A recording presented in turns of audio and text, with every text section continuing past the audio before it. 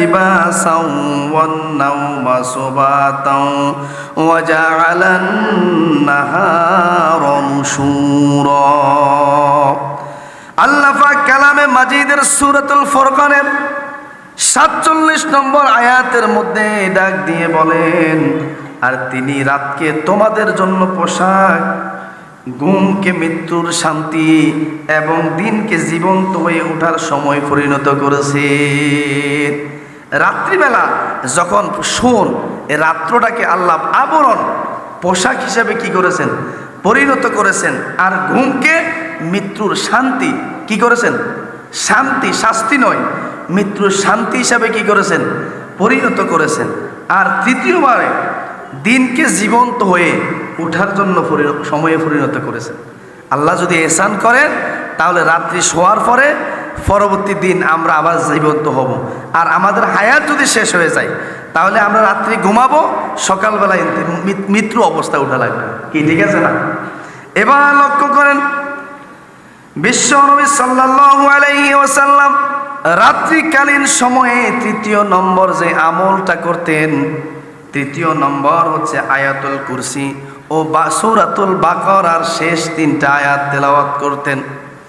এবার দেখেন বিশ্বনবী হাদিসের মধ্যে বলেন, কুলতু মা হুন্না ক্বাল ইযা আওয়াইতা ইলা ফিরাশিকা ফাকরা আয়াতুল কুরসি ফাইন্নাহু লা ইয়াজালা আলাইকা বিনাল্লাহি হাফিজ ওয়ালা ইয়াকতারিকু শাইতানা হাত্তা তাকবা।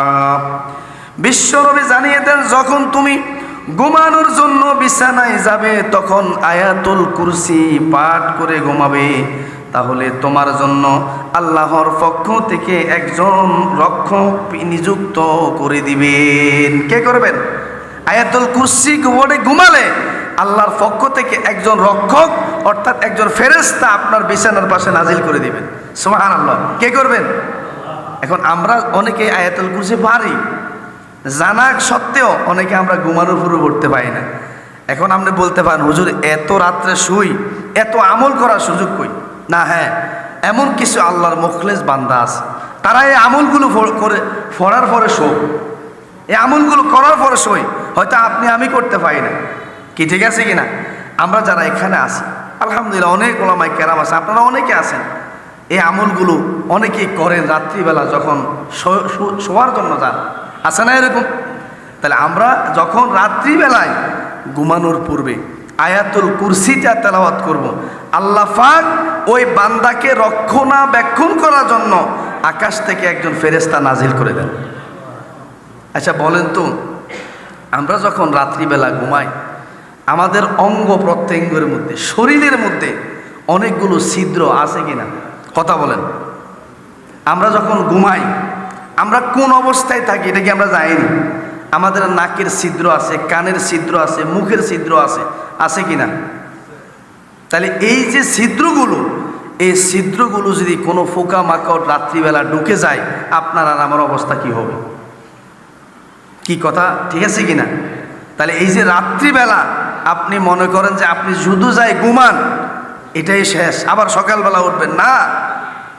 আপনি রাত্রিবেলা শুয়ে যাবেন, কিন্তু আল্লাহ বলতেছে আমার বান্দাকে রক্ষণাবেক্ষণ করার জন্য আমার একজন রহমতের ফেরেশতাকে আমি তার বিছানার পাশে নিযুক্ত করে দিই। বলুন না সুবহানাল্লাহ।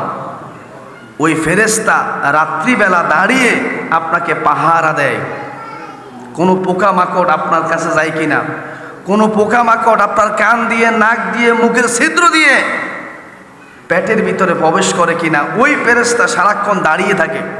সারাটা রাত্র আপনি যখন ঘুমাবেন, ঘুমানোর পর থেকে জাগ্রত হওয়ার আগ পর্যন্ত এই ফেরেশতা এখানে কি করেন? দায়িত্ব পালন করেন। এই ফেরেশতা নিযুক্ত করেছেন কে? তাহলে আয়াতুল কুরসি এটা পড়ার দরকার আছে কিনা? আল্লাহ রসুল বলেছেন যে আয়াতুল কুরসি মৃত্যু ছাড়া সব রোগের কি ওষুধ। এই আয়াতুল কুরসির আমলটা যে করবে ঈমান অবস্থায় যদি সে ইন্তেকাল করে তাহলে মৃত্যু হতে দেরি, তাকে জান্নাত দিতে দেরি হবে না। সুবহানাল্লাহ। তাহলে আয়াতুল কুরসির ফজিলত আছে কিনা? ঠিক তেমনি সূরাতুল বাকারা শেষের যে 3টা আয়াত আমরা পড়ে থাকি, লিল্লাহি মা ফিস সামাওয়াতি ওয়া মা ফিল আরদ, এই 3টা আয়াত আমরা যেগুলো পড়ে থাকি, এই আমলগুলো করলেই আল্লাহর পক্ষ থেকে রহমতের ফেরেশতা কি করে দেন। এবার খুব লক্ষ্য করেন, আল্লাহ রাসূল সাল্লাল্লাহু আলাইহি ওয়াসাল্লাম রাত্রিকালীন শোয়া অবস্থায় যে আমলগুলো করতেন তার মধ্যে 4 নম্বর আমল করতেন সূরা ফাতিহা ও সূরাতুল ফালাক এবং সূরাতুন নাস তেলাওয়াত করতেন। সূরাতুল ফাতিহা, সূরাতুল ফালাক এবং সূরাতুন নাস।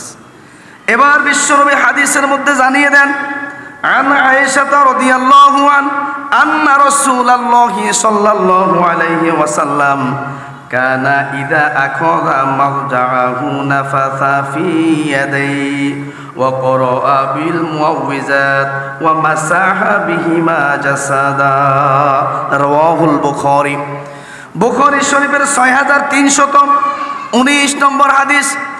হযরতে আয়েশা সিদ্দিকা রাদিয়াল্লাহু তাআলা আনহা বর্ণনা করেন, রাসূল আরবি সাল্লাল্লাহু আলাইহি ওয়াসাল্লাম বিছানায় যেতেন তখন মুআউযিজাতাইন অর্থাৎ সূরা ফালাক ও সূরা নাস পাঠ করতেন, তারপর 2 হাত ফুঁক দিয়ে তার শরীরে মাসেহ করে দিতেন।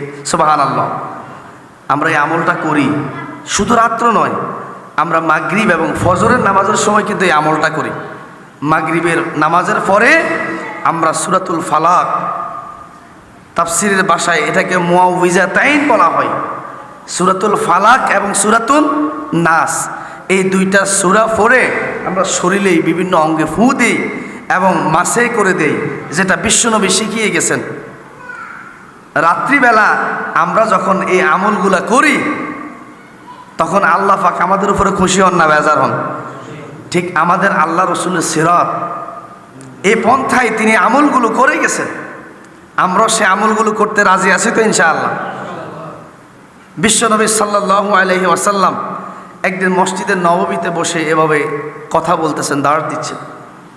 এমত অবস্থায় একজন আগন্তুক ঢুকছেন মসজিদের ভিতরে, নববীর ভিতরে। বিশ্বনবী সাল্লাল্লাহু আলাইহি ওয়াসাল্লাম বলবেন, তোমরা যদি কোনো জান্নাতি লোক দেখতে চাও তাহলে এখন যে ব্যক্তিটা ঢুকেছেন তাকে দেখে নাও। সুবহানাল্লাহ। এখন সাহাবীদের মনের ভিতরে কৌতূহল, কি আশ্চর্যের ব্যাপার, এখন যে সাহাবীটা ঢুকলো উনি নাকি জান্নাতি। পরপর 1 দিন নয় 3 দিন বলছেন, কয় দিন? তখন একজন সাহাবী মনে মনে কৌতূহল জাগলো যে ইয়া রাসূলুল্লাহ, আপনি 1 দিন নয় পরপর 3 দিন এই লোকটাকে জান্নাতি বলেছেন, আমাকে জানতে হবে এই ব্যক্তি কি আমল করে।